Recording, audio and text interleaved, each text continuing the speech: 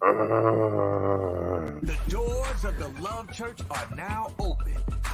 Dear world, you name it, we cover it from the world of singles to the behind the scenes of the greatest movie ever filmed, called Marriage. We dig into everything from dating 101. Why won't they commit? It's complicated. I can't do it if it's the three of us. They're a good person, but I'm not attracted to them in that way. 2, they really didn't disclose who they were before I said I do. How do I do this if they can't keep a job?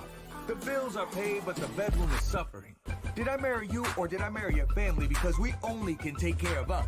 Let's open up our marriage. Why do I have to buy into your beard gang illusion? You could have told me you were down low and we could have remained friends and not married.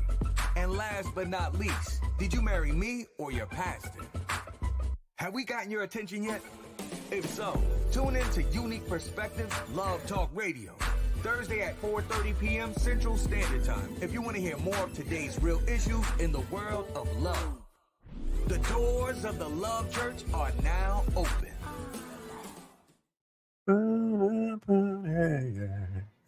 So, All right, sir. How are you on this wonderful, beautiful day? I'm doing good, man. How you doing? I'm hanging in there. All right. And let us say welcome and good day to our wonderful audience to Unique Perspectives Love Talk Radio. I'm your host, Charles Dixon, and I'm here with my co-host, Mr. Adam Ford. All right. We see shout out. Miss Marlena is in the building already. She's showing up first, you know. She had the keys. She the last one had the keys. Oh, they got to go downstairs and cook for the 4 o'clock service. That's it. You know what? You're about to mess up already. I see you messing up. It's 2024, man. They're not cooking nothing. They ordering from Uber. They ordering. Miss Demetria, how are you, Miss? All right. Oh my God. Okay. All right. So today should be an interesting topic. All right. So, I've had this thought, Adam, over time. And, if you take in enough of the tube, the TV, if you will, and social media, it has dawned on me that just in our everyday lives, I have observed a lot of scenarios where people are calling out the name of "I love you," "I need you," Mr. Bruce, Miss Danielle, how are you guys? And all of this. But deep down inside, we really don't know much about who we proclaim to love.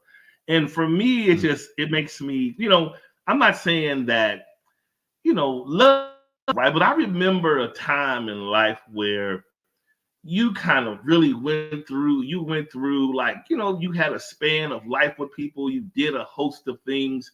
There was like a regimen that brought you to a place that made you feel as though you really know someone, right? Nowadays, it's like, we fall in love with the mystique.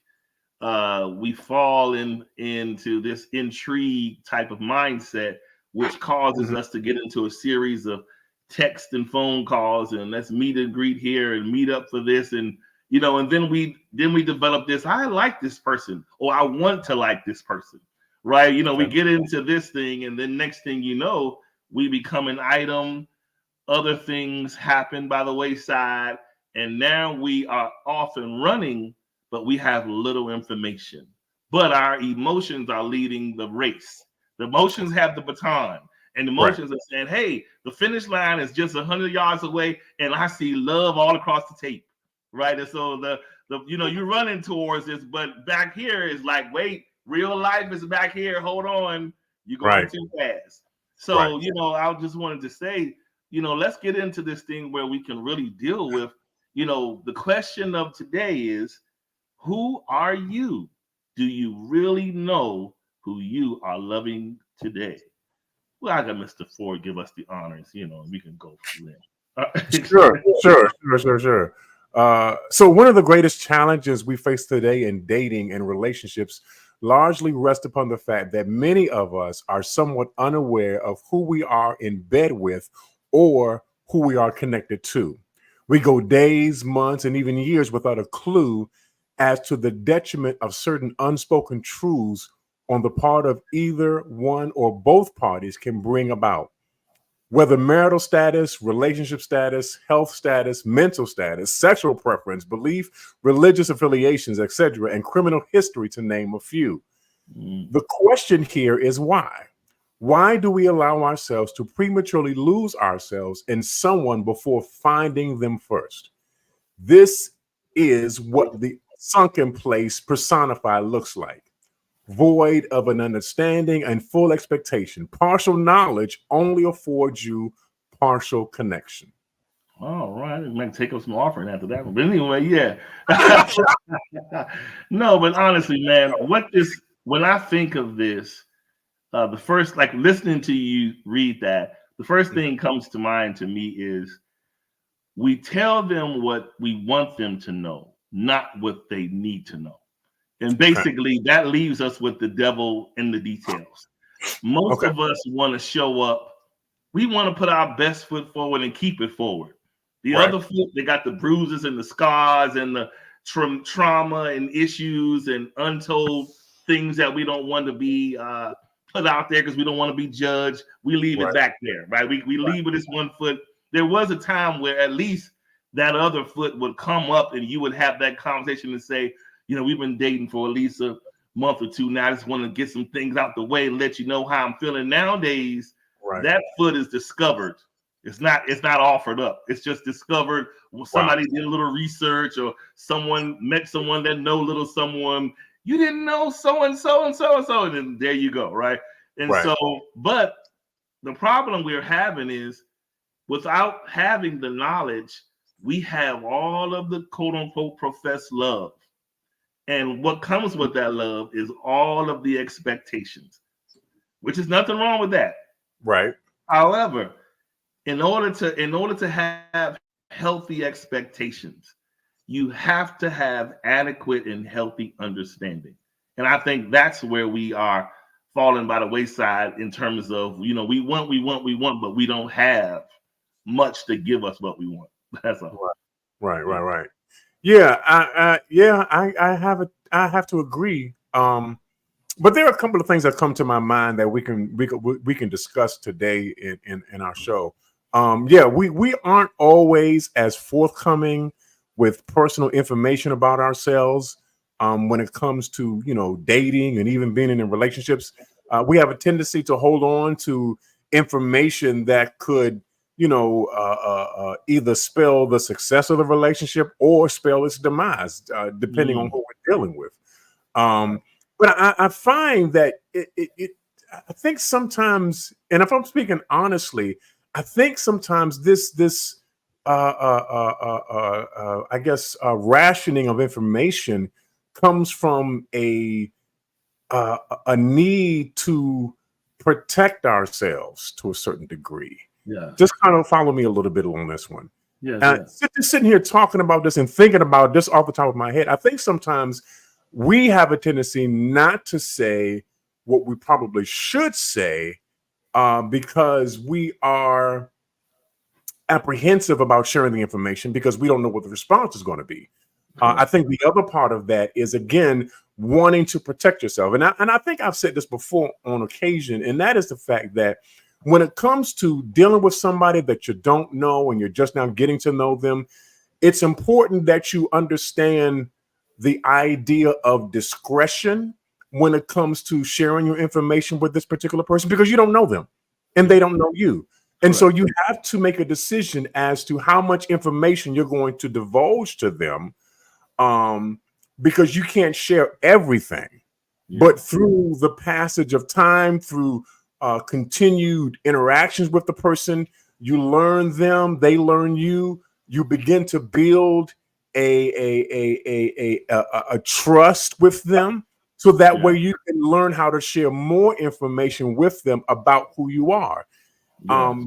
But even in sharing that information, you want to make sure that you don't share too much, that you strike a balance with disclosing who you are, and also allowing them to find out who you are. I think some things that are communicated verbally are completely different from what we're able to glean in terms of our interaction with them. Some things they may not necessarily say anything, but there are things that you can actually glean just by their behavior, just how they react to certain situations, how they respond to such situations. So it's important that we're paying attention to when this information is given, so that we don't miss the cues. We don't miss things that we should not miss, so that we can continue to make educated decisions in regards to our relationships, so that we can continue to move forward in it. Yeah. Wow. I mean, that's good stuff. I would say nowadays, when it gets down to it, not that people have ever in life been perfect, but once upon a time, people came with at least some instructions. Like if you think in a package, a box, people came, we knew their family. They went to a specific meeting place that we all go to, or whatever, whether it's a club, church, sporting team, something. We had some sort of history to kind of link to the people that we met, and which was in most cases, they were regional at best. They were in your neighborhood, in a county over, in a suburb not too far. Social media has busted those doors down, and now people are globally interacting. They're meeting people all over the world, and people are being, as they say, flued out, and people are coming in the states, out the states, in the states, over here, over there, and all of this is happening. And what's happening is, instead of having that regional instruction in a box, now we are all showing up as is. You know, when you go, I don't care what nobody say, whenever someone, if I see something for sale, person tells me it's as is, it just makes me kind of get a pause, because I'm like, okay, what does that mean? What's all wrong with it? That's the first thing you say, because in other words, you're trying to be honest, but at the same time, you're letting me know. Now so you're saying, now if you get 2 miles down the road and the engine fall out, don't say nothing. But I did tell you it was as is. So that's what it kind of makes you think. So, but that's really where we are. We don't have any reference. We don't have anyone to vouch. There is no one saying, oh, so-and-so is 100%, make no mistake about it, really good person. Yeah. Nowadays, the person that used to say that is like, well, I mean, they're okay, but just watch yourself, okay? Like, what kind of advice is that? And so you got all that going, so that's not helping anybody. And so, like I said, to me, some of the things, if we can manage to get these specifics out of a person from a legitimate and sincere position, I call them the big three. Who they really are, where have they been, and what do they really want? Those are the keys. Who are you? Where have you been? What do you want? Because who are you will say to me, do I think what this person is telling me will align with who I am and what and what's happening in my life versus presently and forward. Where they've been, if we're honest, where they've been is key, because people can say what you want to say, and somebody will say, we all are changed and don't judge somebody and all this. But if we hear certain things, if we hear certain things, now there's that innate truth in us that'll be like, you said, it's just like you said, you did what again? And so I don't know what it is, but sometimes it's like when we run down those stories, sometimes you want to say, oh, you just could have just not kept that to yourself. So you got that part. And then there's the what do you want? Like ultimately, we're in a world where people are okay with a lot of things now. Nowadays, people, you can tell somebody, well, I just want to come over there at 10 o'clock, sleep with you and leave at 11. All right, well, thank you for being honest. And that's the world we in now. So you got to know, are you with someone who wants to build, who wants to be the mainstay and wants to be sincerely about you and going forward about you? Or are you with someone that is like, look, I think you're nice looking. I just want to hang out and I don't want to have all of these, things, parameters and barriers. I don't really want to be committed. but I want to hang out with you. I think you're nice. We don't have to do this and that if you're uncomfortable, but I find you attractive, and I just wouldn't mind getting to know you. See, that's where the trick comes, because getting to know someone takes time, which can be deceptive. A person can give you their time, but if there's nothing on the end of that time, it's useless. Like if there's no attention, true intention attached to it, it's useless. It's just you wasting my time, right? So yeah, they're gonna give you time. God forbid you connect. There's an attraction, and you do your grown folks thing, and then one person or the other is feeling a little bit more mentally entangled about it than the other. It's usually the person who did not say that they don't want anything serious. It's the other person who agreed to it.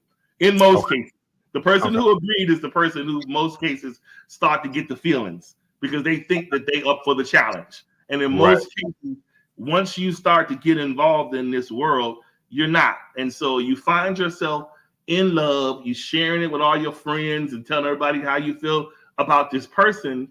But when you stop and be honest with yourself, you said, I'm loving this person, so I say. But what have I attached to that is concrete enough for me to really feel it's a legitimate feeling? Or is this a hyper view version of lust? What is this? I'm calling it love, but if I really, really don't know this person, what is it? Right. Yeah, I think especially in those initial stages, you really can't call it love as much as it might be. And I'm not going to say, I'm not going to go your direction. I'm not going to call it lust necessarily. There's obviously physical attraction that's there. Obviously. Okay. I would kind of like move toward the side of infatuation. You're infatuated with this person. You like this person. You like the vibe that they're giving you. Now it's just a matter of how much information they give to me in order for me to make decisions that will help me to build trust with them so that I can get to know them more than I do right now. Here's the other thing I want to kind of like throw into the mix, and I really want to mess this up for everybody because I really want you to think about this. And that is the fact that with us talking about this particular topic in terms of getting to know people, where do our representatives come into the mix at? Because often when we are dating somebody and we're trying to make that good first impression, we got the nice fade, you got the nice suit on, you got the athletic cut, ladies, you got your hair did, you got the nails did, everything is nice and tight and where it's supposed to be and everything's pumped up or whatever like that. And so you've presented this representative that's not completely you, but it is you, but it's not you. It's your representative that's there. And so my question is, how do you balance that? How do you reconcile that in terms of being honest with the person? So here's the thing. Y'all remember that? Y'all remember the movie I'm Gonna Get You, Sucker? Remember that movie back in Keenan Ivory? And so there was this one scene where he had gone out on a date, right? The old girl who he had picked up was, she was fine. She was fine as all out until they got to the apartment and she started taking everything off that was there. Now, just to use this as an object lesson, she came as her representative. She represented herself. This is who I am. I want you to see me as this. Yeah. But when they got behind closed doors, they got to the apartment, she began to reveal who she represents. Took off all these parts. Yeah. I mean, not just literally, the hair, literally. body parts. Yeah, literally. And so that just goes to show that when we present ourselves to people, and understand, again, when we see people, we are automatically drawn by what we see or repelled by what we see. Yeah. And so that representative is there either to draw or repel in terms of how the person feels about you. So what I want us to consider is how we present ourselves in terms of presenting ourselves. And I'm going to ride the train with Fine 29 in terms of transparency of who we really are. Again, I'm not saying that you should not dress and look good and everything like that, but at the same time, don't advertise something that you don't have. Don't bring don't sit here and say something or present something that you are not. Be honest enough to be who you actually are. Be truthful enough to be able to present yourself in a manner where you're not being deceptive and you're not sitting here trying to hide things. And again, understand you have to balance this with the idea of being able to protect yourself, because you don't want to put all of your stuff out there like that. But at the same time, I need to give you enough information about me so that you get to know who I really am beyond what you see. Yes, that's good. No, you gotta make, like you said, it's the transparency is where the challenge comes for most people. Because to be transparent, especially within a specific reasonable time frame of getting to know someone, it takes vulnerability. And most people get hung up at the vulnerability level because it's like, I'm not finna put myself all the way out there and you reject me. So I'll give you an example of why the transparency part can just get real funky. Even at the minute level of things. Like, for instance, I feel people, like, irregardless of what you think you aspire to want or need for your life, I think people should be where they're most comfortable revealing themselves. With whomever that is, if you're comfortable revealing all of you, be with that person.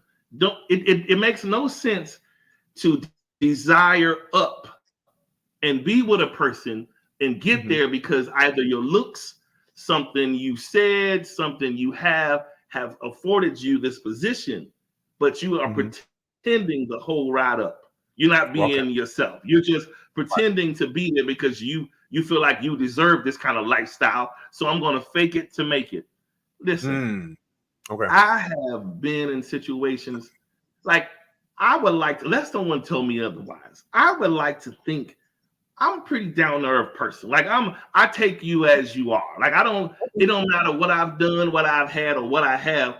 I don't come saying, you know what, that's beneath me. Take that car and go on down the street. I don't act like that. I'm just like, whatever, right? If we get along, we get along. But in times past, I have dated people that have put on a whole persona in my presence, and then away from me, their true comfortable self came out. I mean, from as little as, I remember, I think I said this before, I remember a person who used to smoke, but she would hide it. She hid it. Like, she would told it, like, for instance, now let me just be honest. I wouldn't have cared for a smoker, right? In that time period. But I didn't show up giving somebody a list to say, now, if you're smoking, be done. You understand what I'm saying? But the person at the time, they were like an avid, let them tell it. It was something that they did on occasion. I'm not talking about weed. I'm talking about cigarettes. Just period. They're talking about something they did on occasion or whatever. And that was that. And I just remember whenever I would see the person, I kept saying to myself, I know I'm not crazy. I smell a little whiff of smoke. And I remember asking the person, I said to them, do you smoke? No. I mean, they were adamant, like, no, indeed. And I'm sitting there like, okay. Until one day I said, now listen, I smell smoke. Okay, let's just stop playing the games. Let's just go ahead and put it on the table. And the person was like, okay, I'm ashamed of it. She said, I'm ashamed. And she said, even I don't even let my daughter see me do it. She said, I'll go out on my back porch, I'll do my little puff, I'll put it away, and I come back in. And I said to her, I said, listen, irregardless of this with me and you or whatever, I said, whatever your thing is, if you can't let it out, don't think time affords you the opportunity to sneak it up on somebody so they can accept it later. That's Okay. what most people do. They give you the time, you're gonna fall for them and not want to be away from them. So now I can slide up all my bad habits, and then you're gonna take it. So that has happened with the smoking. It's happened with the drinking.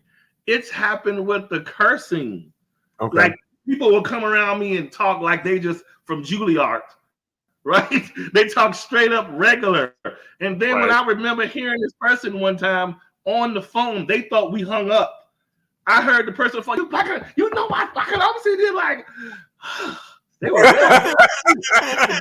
really well versed in their cursing vernacular. But no, make a long story short, I was just like, listen, no one is sitting up here with this bar saying if you mess up on any of these checks, you're done. But come to the table as you are. Right. Stop all this mystique stuff, because these things that you are hiding are things that can change the whole trajectory of the relationship. That's like true. If you're not being happy, like if you're not able to pull out your wine, say your swear words, whatever that is, don't let the other person sway you from who you are. If that's who you are, that's who you are. It's one thing to say it's who I am, but I am working towards quitting. Okay, that's one thing. But I often just feel like if a person is able to have a person in your life that you can be naked in front of with all of your flaws, that is where you belong. If you're comfortable, if that person is comfortable to be naked and come to you and just be like, you crazy so-and-so, yeah, let's go over here together. There's unity in that, right? But there is nothing positive about being somewhere that you have to be an actor in order to reside. Right. There's nothing, and that's miserable. It's not even a happy life to pretend like that. Right. Yeah. So you know what? You bring up a really good point, and I really want to dig down deep on this particular aspect that you just mentioned. You know what's interesting? Yeah. And I don't know how many of you just kind of think about this, mull it over, and I want to see it in the comments. How we can be when it comes to sharing sexual intimacy with one another, we good with that. Yeah, we good with that. You can see everything. I want you to see everything. You're gonna see all front, back, sideways, up, down, left, right, on the wall, off the wall, swinging from the chandelier, running in the room, running out the room, under the bed, over the bed. Yeah, everywhere. But when it comes to really revealing who we really are, we are hiding literally in the closet. Behind the fig leaves, we are hiding. Yeah. We don't reveal who we actually. You can see me. I'll take off all my clothes. You can see me. You can see. Yeah. I want you to see all this. I want you to see all this. But when it comes to our hearts, when it comes to our minds and our thoughts, when it comes to the personal aspects of who we really are, we will hide that. Yes. You know what I'm saying? I need us to. We need to correct this. We need to fix this because it's completely out of whack. It's backwards. We'll give of ourselves on a physical level. Yes. As if that has no cost. As if that's okay. Wow. But when it comes to our hearts and what we really feel and who we really are, we hide that. Yeah. Come on, talk to me. The physical, unfortunately, is the currency of the day. That's why we're okay exchanging it from cash register to customer, because that is the thing today. Is our flesh is just like money, and we handle it. Think about how money, we love it so much, but money has been so dirty. It has been from hand to hand to hand, and no one's cleaning it. Hand to hand to hand to hand to bank, back out of bank, hand again. It's just like, so if we think about our flesh in that aspect, it makes you think about it. It's like, wow, because like you said, we're comfortable doing that. Yeah. But we want to hold back the pertinent details that people need if they're being honest, not desperate, but if they're being honest to advance you to another level in their life. Right. People need to know really, really who you are. And so Bruce brought up a good point. Bruce said even some people hold back the freak because of shame. Now, here's a key point. Okay. You know why they're ashamed? Because somewhere in that person's life, they have took that element of pleasure way up to a whole nother level. So to them, that's what they're used to. We're only as valuable as our highest peak. So if you've reached a high plateau, that's what you're used to. So you come around, you with the person, he or she is kind of mundane, and yeah, this is great. And you're like, oh, you're pretending because you know really your plateau is way here. But you're pretending to act like this works in the interim. Right. But what you're doing is damage to yourself because if you're not comfortable at that level, eventually it will come out and you're going to start complaining. Something's not going to be right. So again, if you're used to these levels to the point that it makes you shame, because what you could do, woman or man, if you find yourself in these circles, whether it's through marriage, whatever, if you do that in relationship, if something isn't comfortable or different, it will behoove you just to talk about it rather than to be silent and ashamed. Because that tells me if you can't bring that other person to the room, then you need to go to the other room where that old person was because you're comfortable there. You're comfortable over there. So don't come in here not comfortable. If you're used to that, go back to where that is and live your best life. You know what I'm saying? Yeah. No, I get that. But and again, I just, the whole idea that I'm more comfortable with being sexual with you than I am being able to share my heart and my thought and my personality with you. And to feel that I can only do that part, what I can't do. And it's almost as if we have it partitioned, basically. The sexual part and the emotional part have been partitioned. They've been they've been divided, they've been separated. There isn't any connection between the two. But I would, that we would come to understand that they have to be connected. They should be connected. A healthy person has them connected, and we should not, just be doing one aspect of it while ignoring the other more important aspect of it, if you will. And let's just kind of address the other issue about the whole shame thing. And here's the thing, though. So you need to be vulnerable and transparent. But as I've said on various occasions, and I will continue to say that in order for that kind of disclosure and divulging to happen, in order for that to occur, you have to be in a place that's safe. Your relationship has to be a safe place. And I think some of us, we don't regard that as something significant and important for us to be able to do.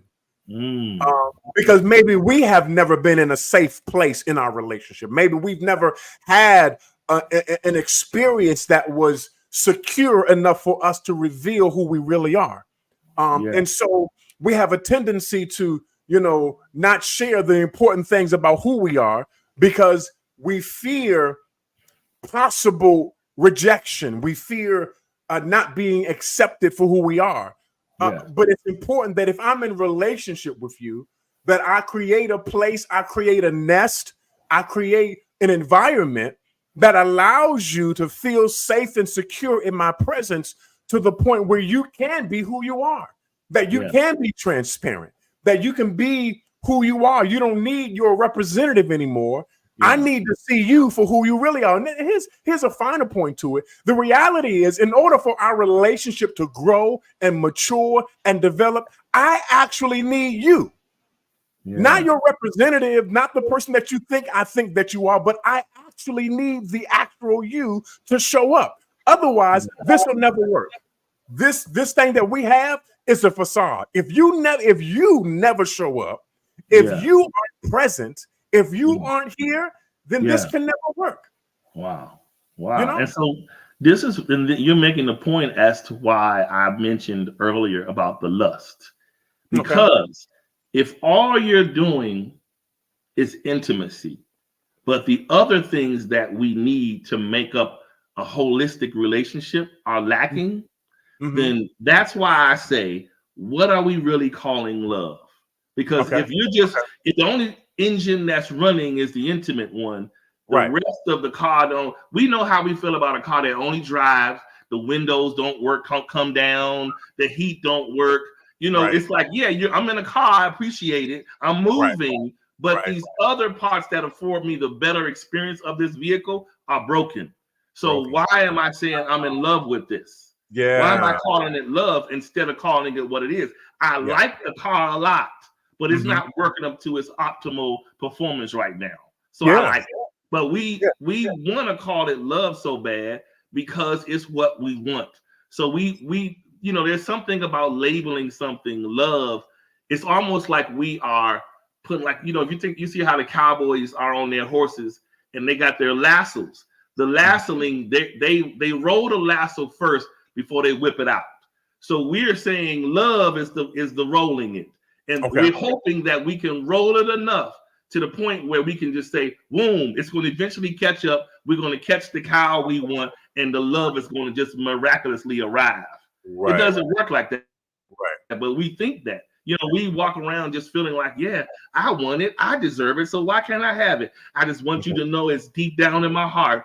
And you're just like, is it really deep down in your heart? Because I know I'm not even giving all of my heart. So how is it deep in there? Just being honest. If I know I'm not giving all of my heart, how is the love deep in there? Now, if I know I'm giving it 1,000, then good, bad, or indifferent, I can feel you, because it's like it's supposed to be like a you're supposed to feel like, this connection is supposed to be so strong that you'll feel the labor of my effort, and I will feel the beauty and the flower, the birthing of the flower on your reciprocal part, and it'll become something beautiful. But we are just so stuck in the I wish and I deserve, I need. That's where we stuck. And so we call all of those areas love, and they're really just figments of our imagination. You know what I'm saying? Yeah. And here's the thing, though. So again, we have to understand that you actually have to be honest about some things, and your representative can only get you but so far. How you present yourself is only going to take you so far down the road. At some point in time, ladies and gentlemen, people of the court, we have to be transparent and honest in who we actually are, and not be afraid of the other. And again, so I'm in a relationship with my wife. I need to make sure that with whatever that she brings me, whatever that she says to me, can be said in a safe, secure place where she doesn't feel afraid to be able to say what's on her heart and what's on her mind.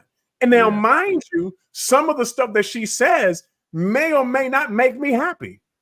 But it's still my responsibility to be able to create a place where she can actually share that information, where she can actually be who she actually is. You know what I'm saying? And we need to have that freedom and that liberty to be able to do that without fear of reprisal. So you want vulnerability, you want transparency, make an environment where they can be transparent and they can be vulnerable. You know what I'm saying? Again, this does not come overnight. This is through a process, if you will, a process of time, passage of time, that allows you to create a space and a place where both of you learn what your dynamic is in terms of what your chemistry is, so that you can begin to build something together. But if I never show up, if I always send my representative, if I always send that the one who I think you want to see all the time, and I never really show up to do the actual work, then guess what happens? Nothing happens. Nothing gets done because I'm not being honest. And maybe you're not being honest because you're not calling me out on it. So you happen to like the representative, but the representative is not who I am. That's who I want to be. That's who I want to be sometimes. Right. And so you got to be honest about this thing, man. Come on, let's go, y'all. Let's be real about it. It's equally important for us to understand that inside every person are 6 personalities. I'm going to tell you what they are. Oh, here we go. There is the natural person of who you are organically. Mm-hmm. There is the spiritual person. We're not even talking about church, just the Right. spiritual person, whatever that belief system, whatever that kind of thing where you have your go-to as you kind of summon what you need for your life, right? That's the spiritual person. There's the freaky person. There is a freaky person in everybody. It really is. Okay. There's the professional person. There's the person who cleans up all of that and shows up like, sure, all right. You got that person. There is the angry person.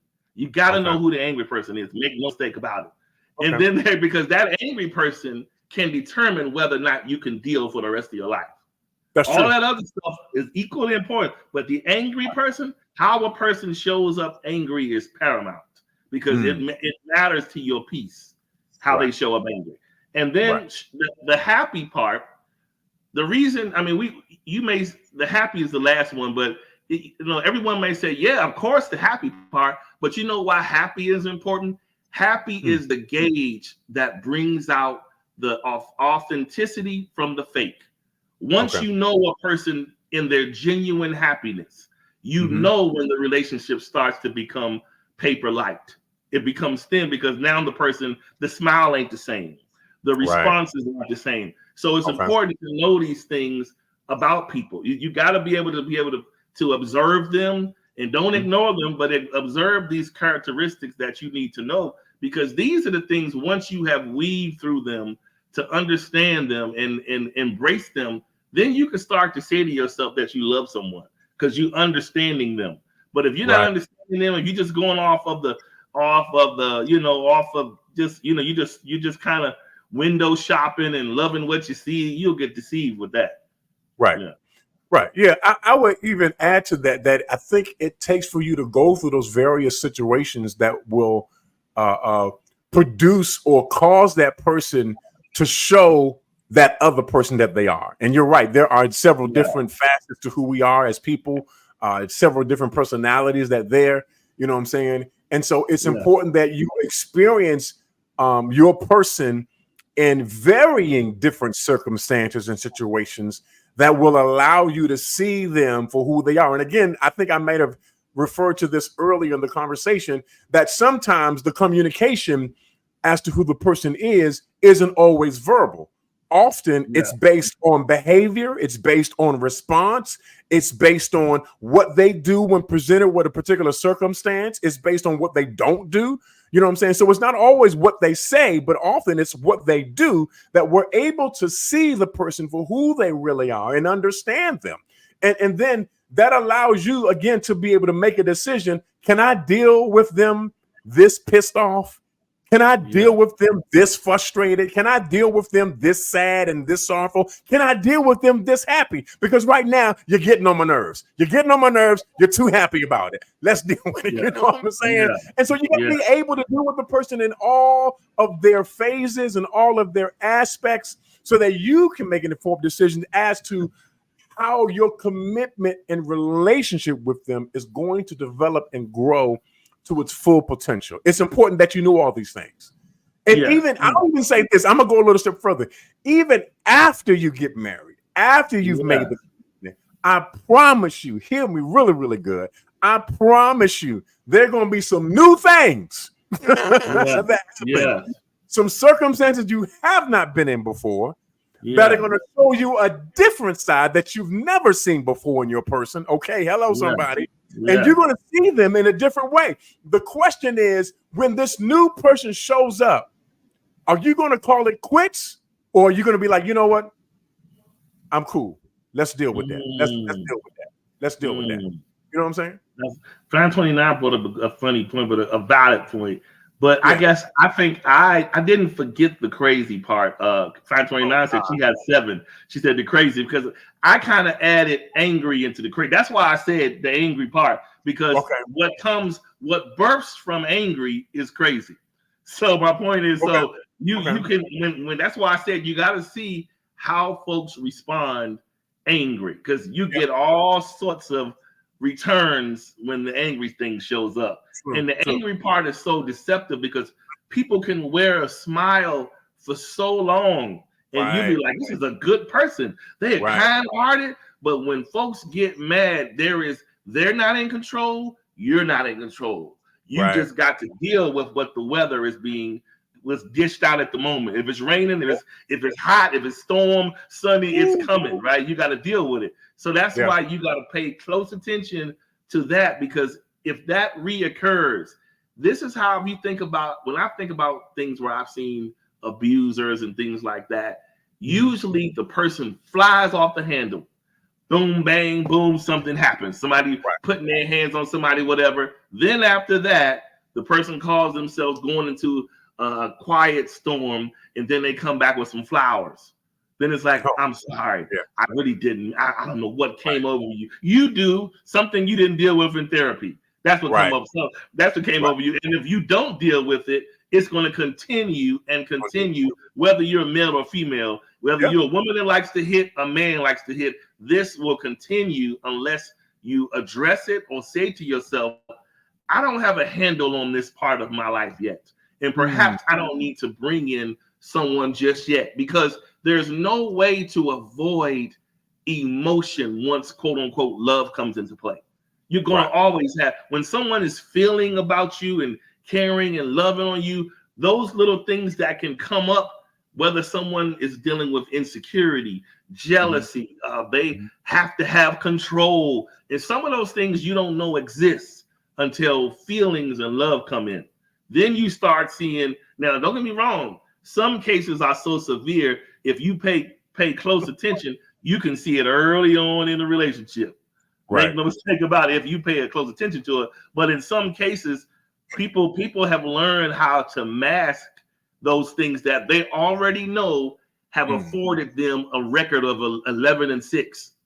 11 positive relationships, 6 heavy losses. They already know their record, right? But they won't tell you that. Some of it's the opposite, 6-11, 6 wins, 11 losses. They already know before they come to you what their record is, but they won't tell you. They'll just try to call themselves, I'm going to correct it because Jacob didn't like this, Tom didn't like it either, so I'm going to do this better with this person. And then the minute you get angry, all of them say, I told you, Charles. Come right back. They'll come right back up, and you're like, I thought so. Y'all told me too late, but no. Anyway, it'll come right back on up. That temper thing is I'm telling you, the temper thing, that's a beast. Yeah. Think about it. Yeah. No, you're absolutely right. And that's why you got to be able to see whatever their crazy is, so that you can know whether or not if you can be able to deal with it. And that's true. Yeah, that's true.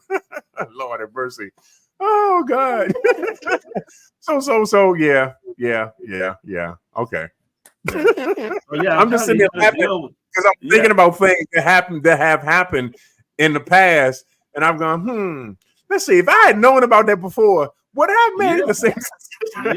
Because sometimes you know what the unfortunate thing about anger is. Sometimes really anger is just an outpouring of just how spoiled and bratty and pouty people are. If you go to some sources of anger has to do with a history of trauma and abuse and things like that.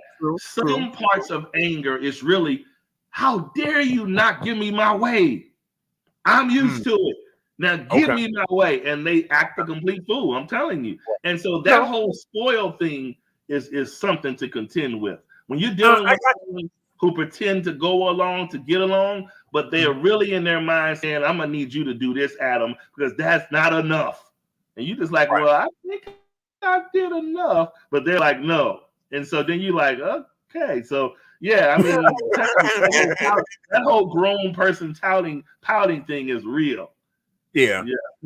And I don't deal with the whole pouting thing. If we're gonna deal with it, let's deal with it like adults. Yeah. Let's put on our adult hats and let's deal with the issue as it is. You know what I'm saying? And let's talk about this.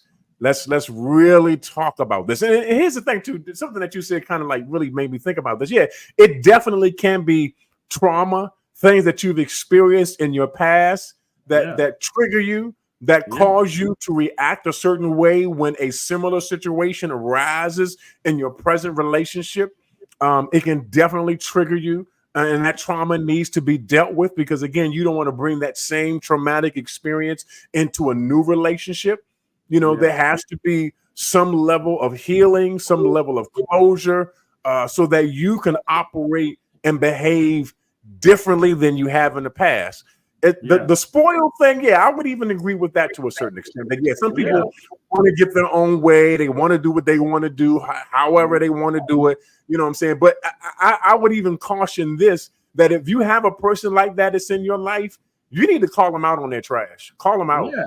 You know what I have said? You know what I have said historically when it comes to this spoiled thing?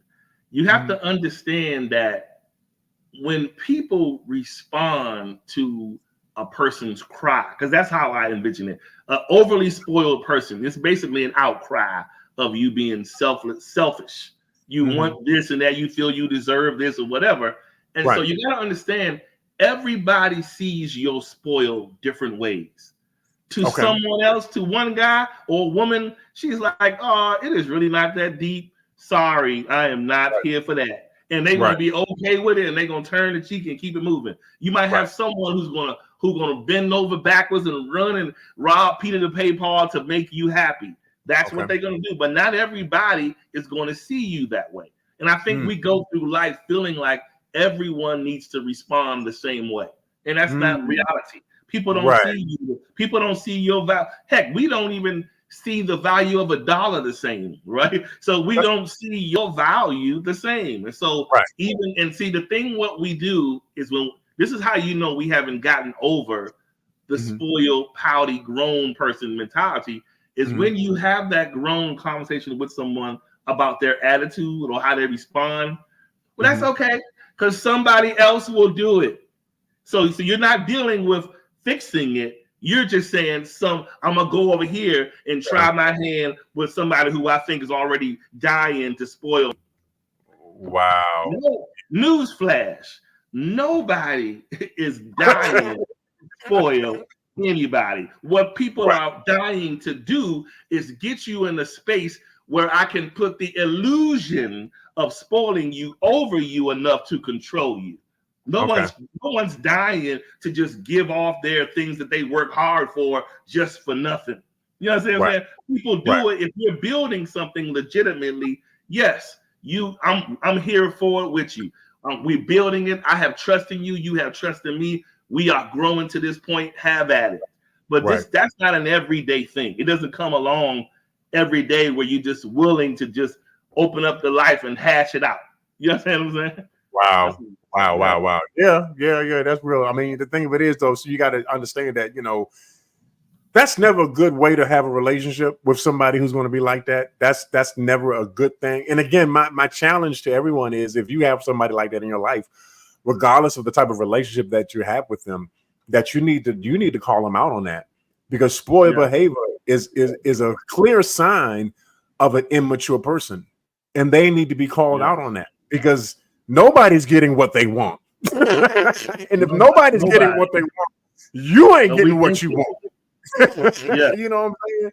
And so I think it's important that we're honest with that thing, and again, let me go back to this whole scenario again. Honestly, if I need to be able to have that safe space where I can confront those issues, I can talk about those things with you, and you can talk about my things with me, things that you see in me that don't jive with you correctly. And so it's important that we don't hide these things. We don't conceal these things. We don't cover these things up. We don't try to masquerade them and as something else, but that we're honest about our stuff. We're honest about our deficiencies and our inadequacies.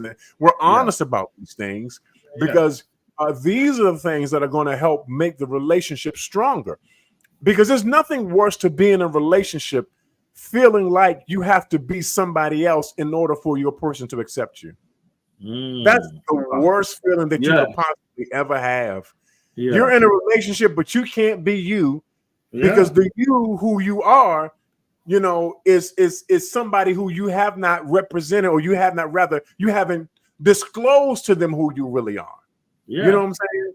And so you never want to be anything like that. So, and like I said earlier, when I say people should be where they're most comfortable, and I say that because if you're willing, I mean, if you aspire to change and be on a different level or love on a different level, then that's going to take personal work, Absolutely. personal change. And that is something most of us don't want to do. We just want to slide into the new pair of shoes and keep walking. We don't want to do no adjusting and all that. So that's why I say if you're not willing to put in that change work, you may as well be with a person likes you just like you are.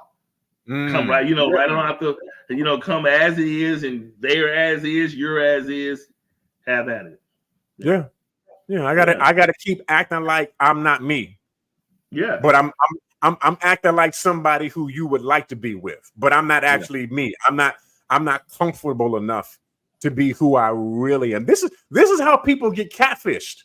This is how people get tricked and deceived into getting into something that's not real, because it's based upon a falsehood. It's based upon a personality that you are trying to exhibit that you actually don't have, but because you want to be accepted so bad, you're willing to do this. That's no, ma'am, no, sir, no, brother, no, sister. Don't do that to yourself. Don't do that.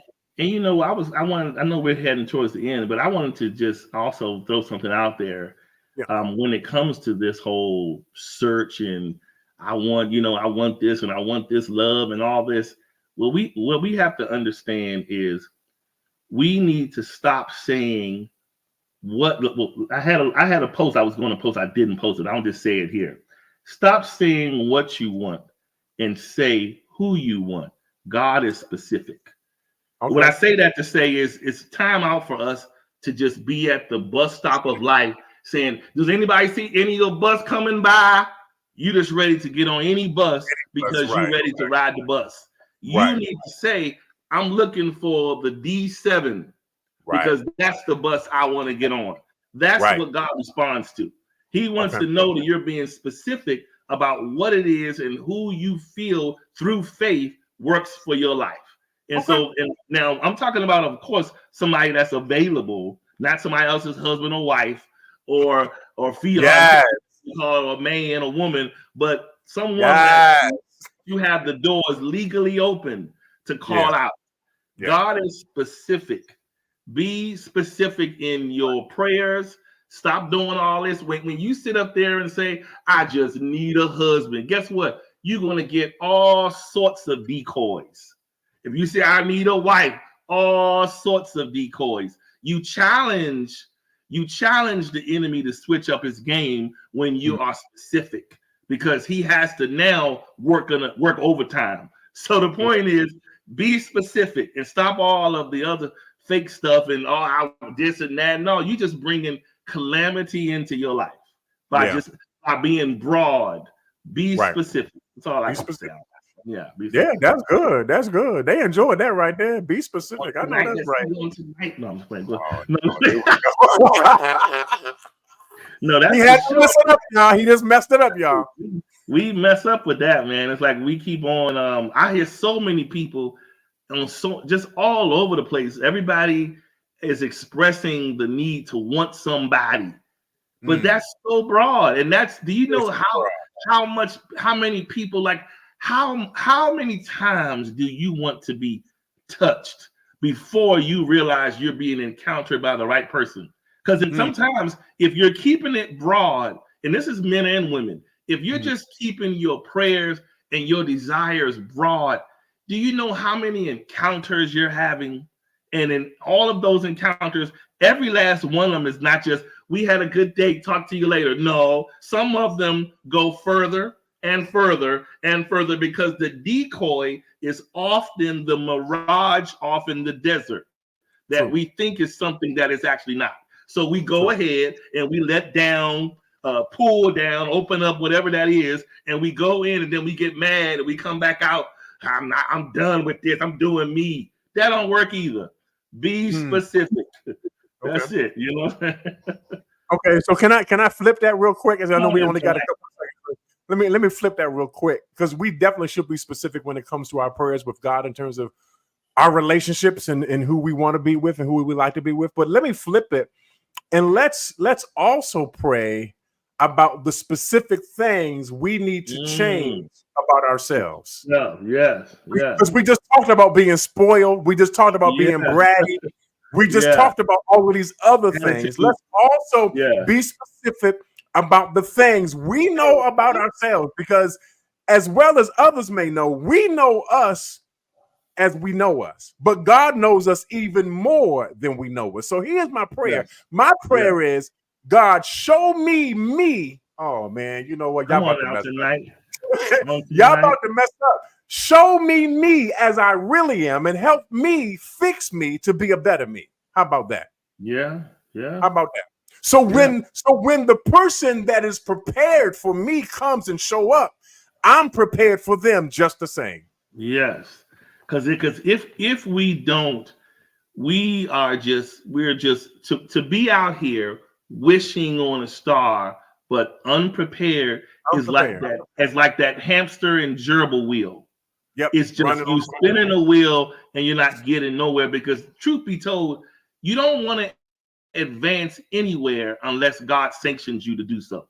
And so if you're not ready to be there, stop hollering to go over there. If you're not ready to be there, you have to be ready to be over there for over there to work. You know what I'm saying? Yeah. And so deal with those things internally that we know, honestly, that we're not ready for. And we just want what we want. But some of us aren't ready to be released because we are not releasing us. So yeah, we got to start there. Yeah. All right. Real talk. All right now. So listen, you guys, we appreciate you for another week of Unique Perspectives Love Talk Radio. Today, we talked about who are you? Do you really know who you are loving today? We hope you guys enjoyed it. We will definitely be back next week, same time, same channel, 4:30 p.m. Thursdays, Central Standard Time. We hope that you guys were blessed on tonight. Now on tonight, we're going to bring down P-Rise, bring the communion paper stuff down. Thanks. All right. And Adam, we're going to have you know. Hold up. Yeah, you look. Thank you. You know, remember them old days? Yeah, thank you. Yeah, eating them saltines. That's probably where I got my like for saltines crackers from, Adam. Oh God, I love some saltine crackers. Now I know where it come from. All them Sundays, we were like, oh man. But anyway, all right. Smile 29 said her 7 people says great show. Isn't that the truth? Oh God. All right. All right, y'all. Appreciate y'all. Okay.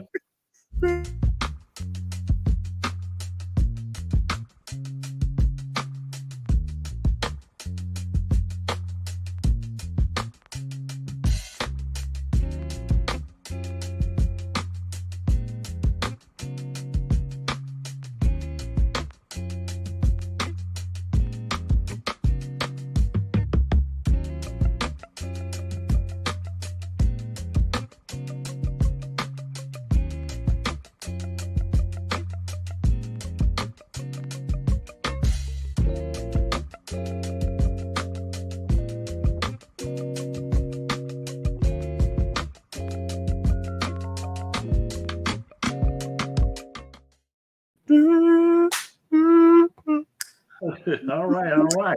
Now, Mr. Ford. Oh, here we about to mess it up. Here we go. All right. Again, who are you? Now, if we're being honest, most of us already know who we are.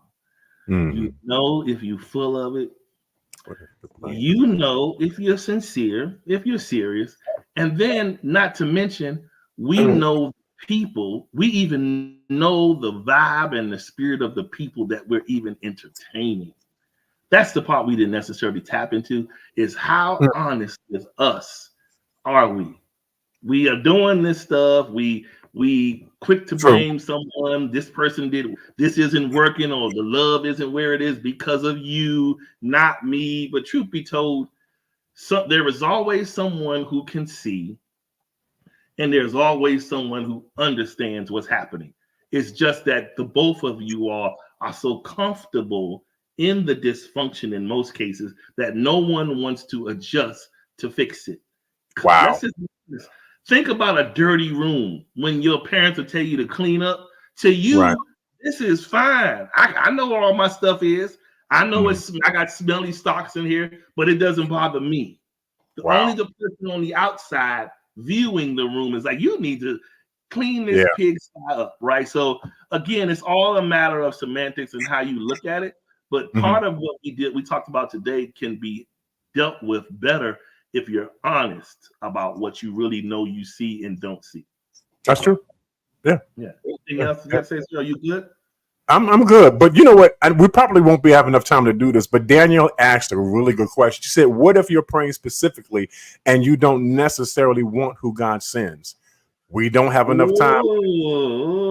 Praying specifically, and you know, women. Really, I can do this really quick. 2 seconds.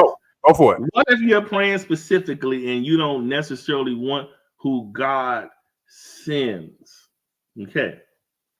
Now, if we are trusting God alone, see the problem we run into, and not you, Danielle, but just people as a whole, we trust God, but we limit him on his choices for us. Okay. It's like we trust him to a degree on something. He changed my whole life and sent me across the country. Won't he do it? But then when the person he knows that is good for your life shows up, I can't do no 5'7". I'm just making an example, right? Whatever your height is, or whatever is about you that you're not attracted to. Right. I am of the belief that somewhere in that picking scenario lies grace and fortitude to see what he's giving you in a beautiful way. If you embrace it, if we take off our if we take off those looks of just that judgmental part that we have, and I don't know about this, if we kind of remove that and try to give it a chance, sometimes it's not until we release and try where God adds the blessing to it, so that we're able to see it entirely different. Oh, what Bruce? Hey, Bruce. Bruce. I can't even look at Bruce right now. I can't even look at Bruce right now. I can't even look at him. Bruce said, "Then repent, Danielle, and be baptized in the name of Jesus Christ." Oh God!